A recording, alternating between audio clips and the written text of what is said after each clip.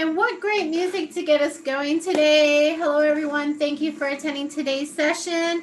I'm Dawn Vance. I am moderating the live online learning series, and we're very happy to have with us Marianne Post. And I hear an echo. There we go. So we do have advanced tracking tips and troubleshooting with Marianne. We're always excited for Marianne's session. So those of you that are watching us on Zoom, the webinar is being recorded because we will post it back to avid.com at a later date. Your audio is muted. You can ask questions by asking those in the questions field. Those of you that are watching us on social, let us know where you're watching from. We love to give you those little shout outs. It looks like we've got people coming in. Belgium, nice to have you. Brazil, awesome. So we got quite the cast for you, Marianne. So as most of you know, Marianne is our master, one of our Avid master instructors. She also writes a lot of our content. So these are always so informative to have her on hand. And as usual, you have so many examples to cover in a short period of time. So we will hand this over to you, Marianne. All right. Thanks, Dawn. Welcome, everybody. I hope everybody is doing well. Yep, today we're talking about tracking. You've probably seen tracking before in my sessions if you've attended those. And for this, we're going to do more focus on setup tips and troubleshooting. So I'm going to go ahead and share my screen so we can do some, so you guys can see me track. All right, just double checking that my Zoom controls are in a good location. All right, so you should be seeing Media Composer right now, and you're probably noticing that I have settings open. And I just want to let you know that to keep things efficient, be able to show as much as I can with tracking, I have mapped some options to my keyboard. So I'm going to open up my keyboard setting, and you can get to settings super fast with Command Option equals, or sorry, Shift Command equals or Shift Control equals on Windows. Okay, so I'm going to be flipping between edit and effects a lot. So when you see that, that's just me hitting my F6 and F7 keys, which will save the time of having to scroll over to those options in the workspace. Also, under my Shift key, I mapped effects mode. So at times I might be in my effects workspace, but effects mode might be closed. That way I can get into that fast. So when you hear I'm entering effects mode, instead of clicking a button, I'm hitting that key. Also, I'm going to be using the markers shortcut, which is Shift T. So just a couple options. This is my customized keyboard that is actually getting really messy and probably needs to be revamped a bit from other sessions. So I'm just going to close these out and let's go. So the first thing we're going to do is track an element on one layer to a video on the layer below. Haven't done this yet in one of my sessions. I get this question quite frequently, and it's luckily super, super easy. So what we have here are some drafts on a road trip, because they road trip too. I'm gonna hit Shift Command F to go into full screen. And the little guy wants to know if we're there yet. And it's kind of like a thought bubble, or like now the big trend is you see texting on screen, and a lot of times it's attached to whoever's doing the communicating. It's that idea. So those scenarios fit this as well. So I'm going to click out of that and pop into my effects workspace. This is a mat key effect. So I built the text outside of Media Composer and then imported it. We did a whole section on alpha channels in a previous session. So you'll want to look that up if you're curious, but essentially if your text creation program creates alpha channels, you're good to go. And then I'm just going to move this where I want this to be. I'm just going to pop to the beginning here. So there's a camera move on this. So we probably could just keyframe it, but we want that little giraffe head bob. So tracking is going to be better. And if we look in the mat key, we have tracking options. So any effect that has tracking, you'll have like a tracking category, or it'll be attached to a parameter group like position. How many trackers? If it's just a simple position change like this one, they're just walking on a plane, camera's not zooming in and out, you just need one. All right, so that's what I'm going to add. So I'm just going to click on the tracking enable button. And as soon as I do that, that opens up the tracking window in this case. Now you'll see this happen later, but in case I forget to mention, if you enable tracking or want to go back to a track you already built and you can't get this window to open, no worries. You can always access the tracking tool through the tracking tool button in the effects editor. You just might have to resize your effects editor to gain access to it. It might be hidden down below. All right.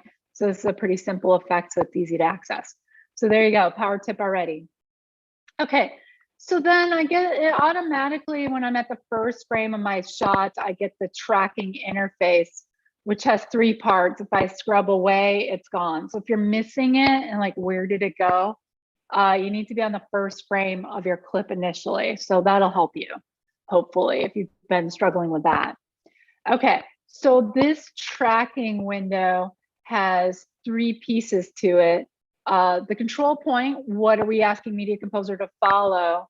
And in this case, I'm just going to move this over this little guy's ear. Let me just zoom in a little bit. I'm going to hold down my command key, control key on Windows, and click in the screen, and that'll zoom right into that area. So there's the control point. That's what it's following. You want high contrast in a shape if you can. Although if you're working in high quality footage, this is HD footage, it's pretty forgiving, as you'll see. I set these up really quick, and then if it doesn't work, that's when I troubleshoot. I don't worry too much about setup in my initial pass. This frame here is the target area. Basically, if the giraffe makes a big move and there's details around, Media Composer might lose track of the ear. This says, okay, just look in this area. You should be able to find it, Media Composer. And then if there's a lot of movement, there's also kind of a buffer search area. So essentially the control point's the most important, but then you've got like a search region. So it doesn't, so Media Composer doesn't get distracted. Like me as a human, I definitely do. And then a buffer area. Okay. So I'm going to just do Command Option K, Control Alt K on Windows to zoom all the way out. Once I've got my tracker set up, notice I didn't have to resize anything. All I have to do is hit Start Track. And what it's going to do is track the background. And the reason I know that is that when you work with multi-layer effects, you actually get a pop-up menu to track foreground or background. Foreground's the text, which isn't doing anything, so that's going to be a really boring track. Background is the giraffe. So that's what I want to track, and Media Composer assumed that. So that's the default when you have multi-layers. So you should be able to just come in, find your tracking point, and then hit Start Tracking. And you can, and then watch it unfold. And there we go. Looked good. So if you haven't tracked before, that's the overall workflow. All right, so I'm gonna pop out of here, and then when I play this back, we'll see. Yep. So we get a little character to it with the "Are we there yet?" You may be wondering, gee, great, I don't want to leave Media Composer to create text. Can we do this with a title tool like Avid Titler Plus? And I happen to have an example here to see if we can. So let's go ahead and find out. I'm going to go ahead and do Option T here, Alt T on Windows, which will mark this nearest section. Then I'm going to hit I on my keyboard. So editing tip there to quickly mark a section. And then I already created the title because this isn't a titling session. I'm just going to grab my template that I created and drag that between the in and out. And there's my text, super basic text. And I'm going to go back into my workspace, select my text, and notice in the Avid Titler Plus within the effects editor, there's a tracking section. So when I enable this, usually it does not take me into the tracking interface. So again, just that troubleshooting. I'm just going to go back to the beginning of my clip here. I'm going to click the tracking tool, do a quick setup on this guy because it's nice contrast, and then start tracking. So this is usually what I do. Pop right into the tool, do, if it's a simple position change, do the tracking, And then when I come out, we're gonna see, okay, great, but it's not following his head bob, okay? So always, if it's not working, double check your options. There's no tracker. So I did the tracker, but it's not attached to the almost text. If I do tracking point A, there we go. So it's always, especially when you have like object layers, like in an animate, a paint effect, the Avid Titler Plus, make sure your object, your element is selected. Make sure everything's turned on. And then there we go. Now he's telling him that, yep, we're almost there. Okay. So a couple tips there. Next example is a carryover from a blurring session I did where we did some tracking. And what we ended up doing was tracking this face, and it didn't track very well. And the big reason why is she goes behind a tree. So we solved that, but there's the blur you'll see in the tree. Now you might not be able to see it on social, but it's pretty clear there. And because that's not enough, I have a thought bubble. So this one is about troubleshooting what happens if your object gets obscured. And what if you wanted to add the tracking data to another element? Okay. So I already set up the blur for time's sake, because we always have such a limited amount of time together. Oops, I thought I went into effects mode, but maybe I didn't. There we go. Click my element. So I'm at the first frame here. So the blur is already set up.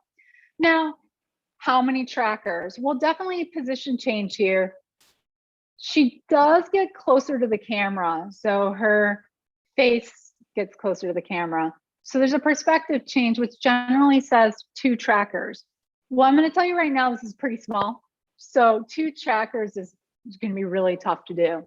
So since it's a simple motion with an element that's super tiny, what I'll usually do is track position and then scale, do scale keyframes, okay, or rotate or whatever you need. Okay, so I'm going to pop into tracking.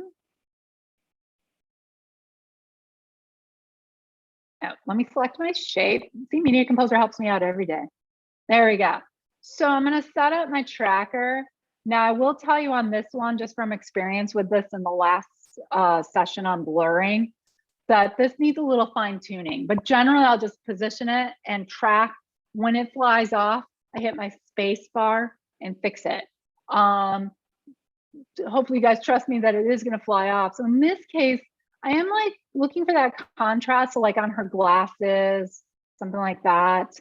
And then because Media Composer kind of gets distracted by the background, I'm going to narrow my search region. I don't want to narrow it too small because the next frame, if there's any kind of a bounce or anything, and this point on her glasses is outside that frame, Media Composer might get lost again. And then, but I have the buffer area, so I'll just kind of shrink that.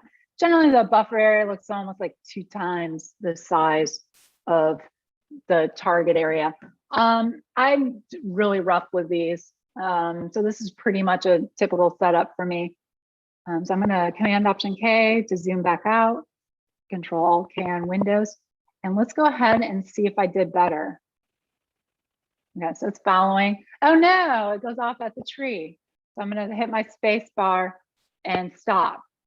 Okay, when an object gets obscured, you need to find that spot where that happens. Okay, or where it's going to continue on. Okay, so it's about here, I would say. So I need to track from that point, and then it's up to me to fill in between. There's no magical guess where she is feature. That'd be amazing though. So what I'm going to do is at the spot where I see her again, I'm going to right click and add new tracking region. So I'm right in the tracker, right on the track, add new tracking region, because I need that point. Okay, so I need that point, a tracker to do this. So I'm going to move this over her face. Okay, and it's pretty much the same size as before. Let's see. I'm just going to start tracking. And it is pretty good. I probably could have done a little bit better setup, but hopefully you guys get the idea. Okay, so now for results, that's wrong one. No, there we go. For results, we will see that we're pretty good to here. And then it gets stuck. And then it's going to be okay here. It is following her. It's just over her shoulder because Media Composer isn't sure what to do with the tree. So what I'm going to do is go to the first spot where Media Composer gets confused, basically right about there. And I'm going to mark it in. Okay, I just hit I on my keyboard, and that I marked it in at that point where it got lost, right on the tracking track. Hopefully you guys can see that. And then I'm going to go to the spot where she kind of reveals herself again, and I'm going to mark it out. Okay, so you're marking in and out over the obscured range. And then what I'm going to do is in my tracking tool, set my range to in to out. Okay, and then I have to go back to tracking data from the display menu. All right, so now what I'm seeing is exactly the points behind the tree. So I'm just going to lasso those. You're not going to see a bounding box in your effect preview monitor. You're just, when you lasso those, they'll get little circles around them. Let's see if I can zoom in on that a bit. So you can see these circles around them. Okay, so let me go back to tracking data here.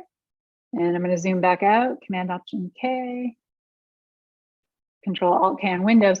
And the reason I'm selecting these is I'm going to hit my delete key on my keyboard. And now between that in and out, it's just kind of guessing. All right. So when I now go to effects results, and you can see this white line, that indicates that it's just kind of guessing and filling in the gap. Okay. So I'm a little off here. I might have deleted my frame at where she came out. So again, I'm just going to right click. See if I'm at my tracking data spot. So I'm there at this spot, and I'm just going to track from here. Oops. Let me clear these marks.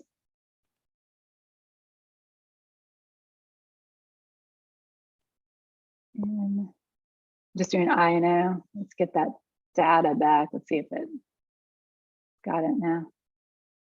There it is. Just by clearing those in and out should be pretty good.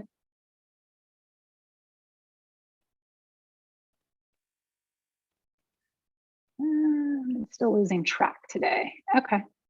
Let me just redo this one because I want to show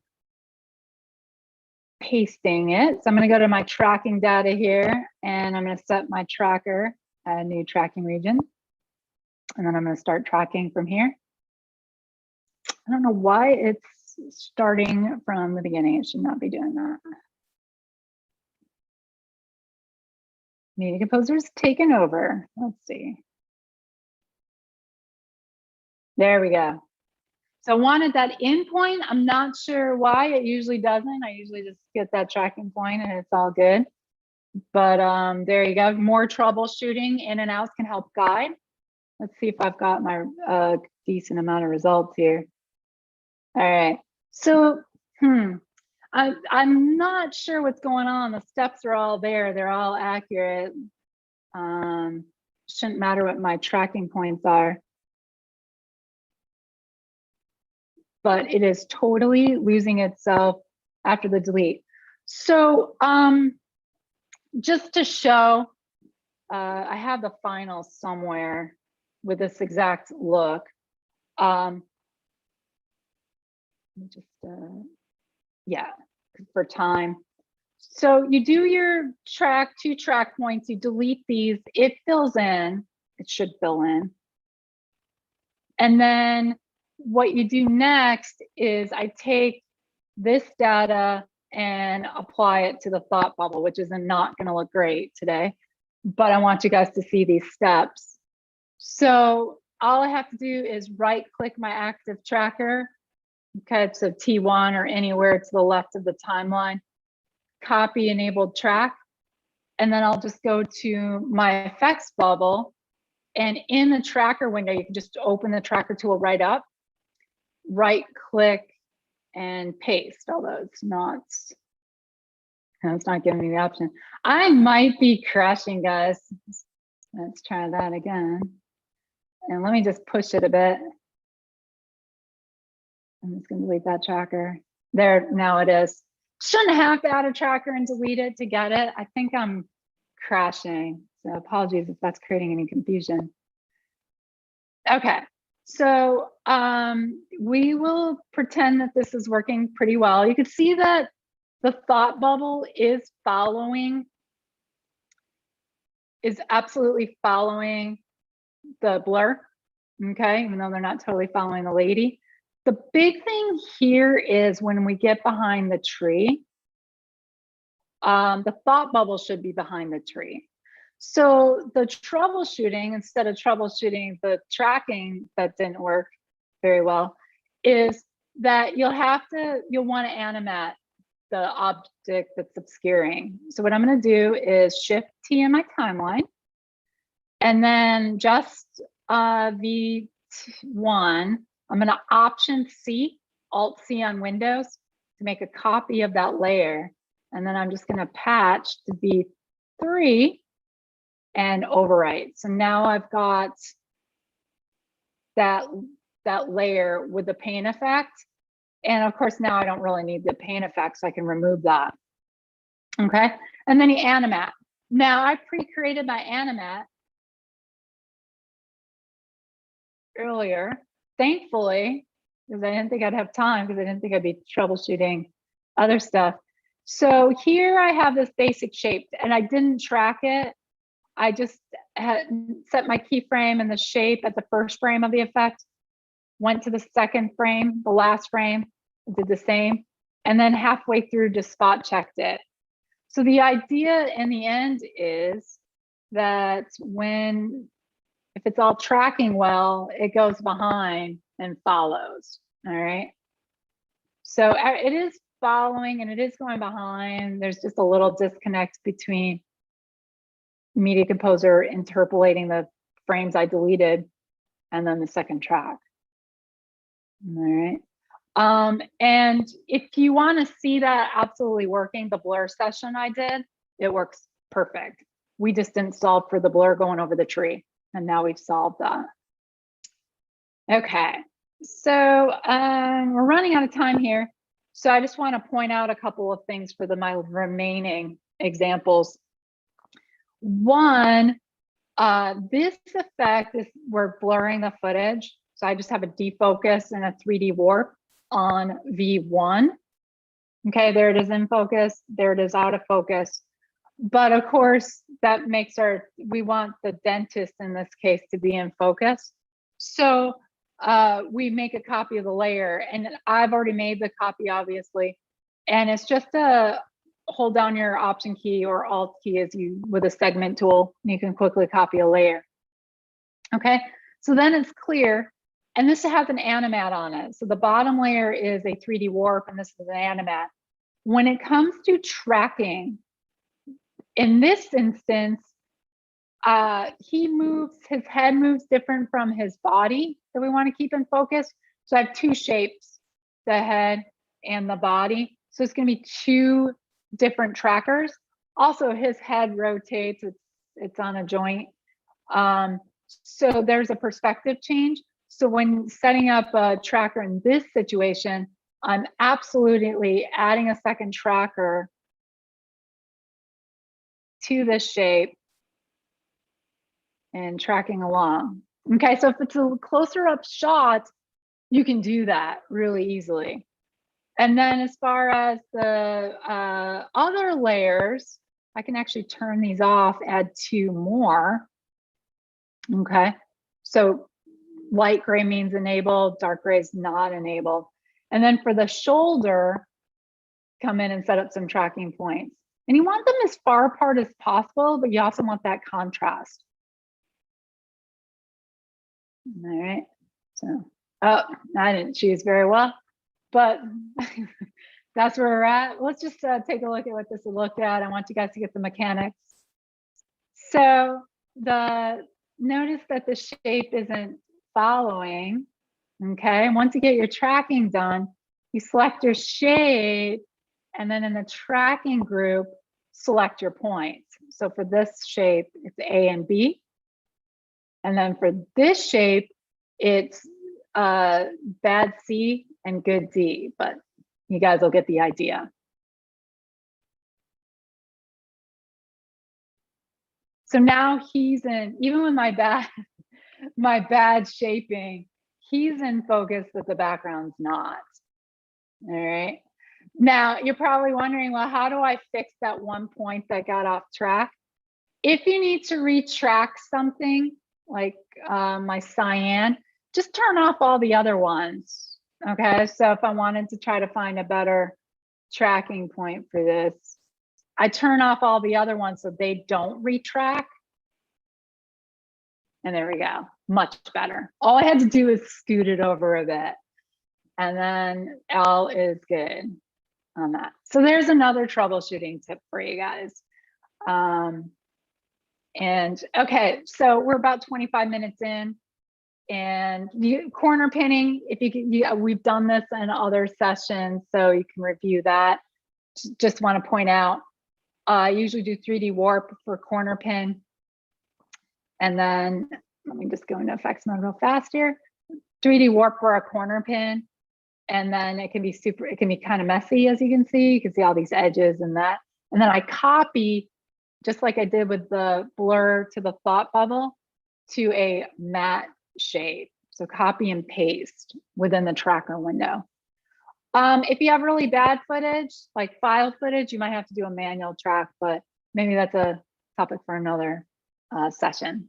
Because I'd like to take some questions. And if we don't have any questions, I can show you guys how to get going with a manual track. If you have blurry footage, file footage, 720 by 480 in this case, that won't track. But I'll take questions. All right, we do have a few that have come in, Marianne, and you have to love when we're live and your session is on troubleshooting. So it works out really well. Actually, we're getting a lot of requests to have an additional one of this topic. So maybe that's something we look at getting on the calendar as well. One of the questions coming in, I often use the corner tracking to insert video into the screen. The biggest problem I have is the production camera moves and one corner of the screen goes out of frame. The whole effect stops working and the screen goes crazy. Any suggestions? Yeah, that's similar to an obscure. And I do have an example of it not set up in this timeline. But what you'll need to do is set up the tracker like I did with this obscure, and you'll want to go to the spot, you'll want to start the tracking and then stop when it gets messy. And then you just want to go back to that point where I did, here's that insertion point, add a new tracker, and then continue tracking. Maybe this will work now. So it's tracking, that's all working. And then you'll go back to the area where it's off screen and mark your in and your out. Now I have so many points. We'll see what happens here. And you hit select your those track points where it went crazy, and then you hit delete. Although my whole thing's white now. I think this is just a corrupt effect because now everything's white now. Oh, let me do into out instead. Okay, so now those are selected, and then when I delete, you may then have to go back through and point by point in current, make an update. All right, so like just check where this is. This seems to be working now. There we go, I'm glad you asked that question. So yeah, in this case, it's a fairly straight line. So when I deleted the points, it kind of just interpolates in. Otherwise, you just go to current, and then you'll have to kind of put those points in the corner, and you have to guess. But I have an example of that. If we have another session, I can absolutely add that in. But I think I just fixed, hopefully, my issue, minus the copy paste to the other guy. There it is. Oh, nope. It's so weird. It's tracking. This is a corrupt effect for sure, because it was tracking fine. As soon as I go to effects results, I lose it. So there's something going on. And if that happens to you, just restart the effect and it'll be fine. There's no reason to troubleshoot in that sense. So I just go back, relay in this effect, this layer, and track it again. Because when I'm in tracking data, it's all good. Okay. And I might have bumped my shape or something, but I don't think so because it's all fine here. So there you go. Hopefully that helps. Okay, and how do you choose the area to zoom into when I try to zoom to center only? Yeah, so if you use the keyboard shortcuts or the magnifying glasses that you have in your Vex workspace or preview, those are going to zoom into center. And so with tracking, that may not be helpful. So hold down your command key on the Mac, control on Windows, and click where you want to zoom into. And it'll zoom into that location. And then when I want to zoom all the way out, I hold down Command Option, Control Alt on Windows. I use K. You can use J too, or L as well. So yeah, hold down your modifier key so you get that magnifying glass, and then you can zoom into whatever you want to with a click. Hopefully that helps. Awesome. I'm currently running Media Composer 2018. Am I able to use the tracking tool the same way, or do I need to update? No, you can absolutely. Well, I'm a fan of the updates. I love the new interface, but I totally understand. Absolutely. We've been showing tracking this way. I can't remember a time when I wasn't doing a class where I was showing it this way. So it's the quality keeps improving, but that's mostly footage related, but absolutely the techniques apply to way back to discontinued licensing versions of Media Composer. So yeah, go for it. Awesome. Let's see, what else do we have here? Do you ever, this will be the last question because we're running short on time. So if I didn't ask your question, send it to us in the email and we'll add that to Marianne's next session on tracking, because it sounds like we're going to have another one. Do you ever use keyframes outside of the tracking tool to fix the motion instead of using in and outs with the tracking tool? It depends. Like if it's drifting off and holding, I don't. I do what I did that didn't quite work. But if it's something like generally with this one, when it's all good, at the end, I'm just, this stays aligned and I'm just resizing because she does zoom in a bit. Today it was a little wonky. But if it's still not working, because this is still, you know, kind of weird, you could add that in. My recommendation, because the tracking does work, is to not have to do that. Because now, especially with the second shape, I've got it working now, which from a blur standpoint is fine. And now it's messed up elsewhere. But yeah, so as you can see, it's just getting messier and messier. I would really literally just delete this effect and start again. Something somewhere, there's a disconnect with Media Composer. I might want to, and if it happens again, then I'll usually just relaunch the application or switch user settings. My user settings right now are taking a bit to save. I really need to put on my massive to-do list to revamp my user settings. And so that's a good thing to do every once in a while too. All right, awesome. Yes, so if you do have additional questions, go ahead and drop us a note at liveonlinelearning@avid.com and we'll get those over to Marianne.